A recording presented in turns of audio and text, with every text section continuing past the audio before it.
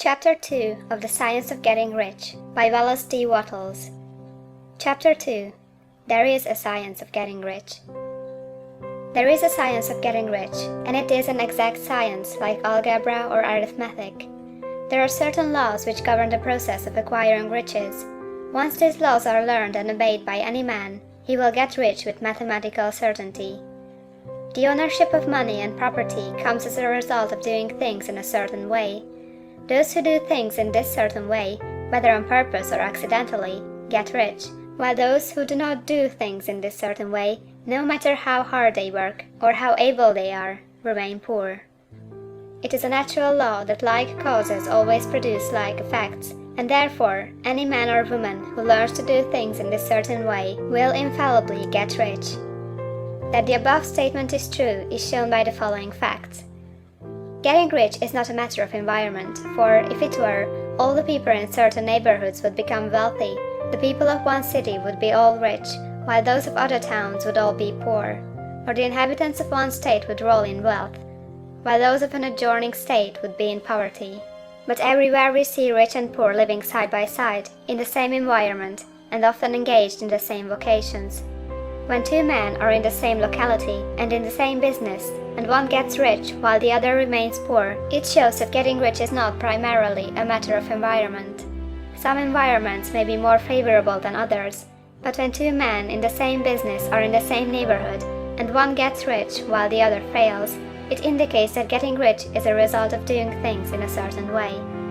And further, the ability to do things in this certain way is not due solely to the possession of talent, for many people who have great talent remain poor, while others who have very little talent get rich.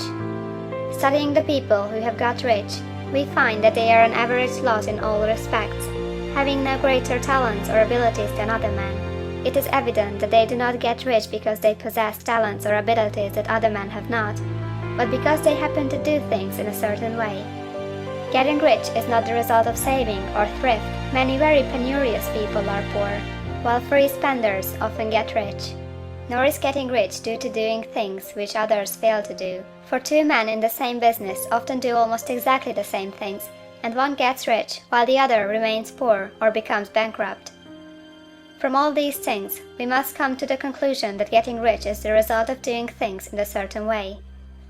If getting rich is the result of doing things in a certain way, and if like causes always produce like effects, then any man or woman who can do things in that way can become rich, and the whole matter is brought within the domain of exact science.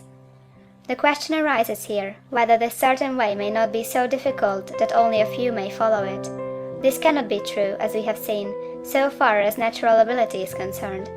Talented people get rich, and blockheads get rich. Intellectually brilliant people get rich, and very stupid people get rich.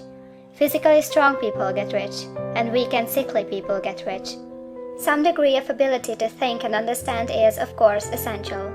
But in so far natural ability is concerned, any man or woman who has sense enough to read and understand these words can certainly get rich. Also, we have seen that it is not a matter of environment. Location counts for something. One would not go to the heart of the Sahara and expect to do successful business. Getting rich involves the necessity of dealing with men, and of being where there are people to deal with. And if these people are inclined to deal in the way you want to deal, so much the better. But that is about as far as environment goes. If anybody else in your town can get rich, so can you. And if anybody else in your state can get rich, so can you. Again, it is not a matter of choosing some particular business or profession.